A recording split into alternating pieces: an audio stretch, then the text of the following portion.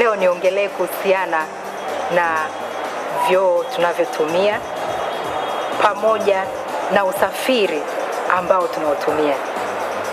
Unakuta mtu umetumia usafiri wa pamoja wa jumla ambao tunatumia daladala. Sehemu unayoshika kila mtu anashika sehemu ile ile. Utashika wewe, atakuja kushika na mwingine. Ukifika safari yako unashuka. Lakini mara nyingine unaenda ofisini au unaenda nyumbani.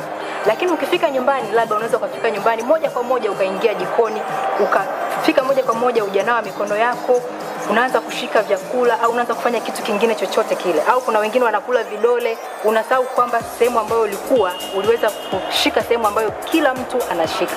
Umeona? Kwa hiyo tunasema ni public transport ambayo kila mtu anatumia. Ukitoka kwenye usafiri, unanawa mikono yako vizuri, then unakuwa huru kufanya chochote kile kwa kutumia mikono yako. Na unapotoka chooni pia, mtu anatoka chooni ananawa na maji tu, lakini kiukweli unapotoka chooni maji hayatoshi, maji peke yake hayatoshi. Lazima unawe na maji na sabuni.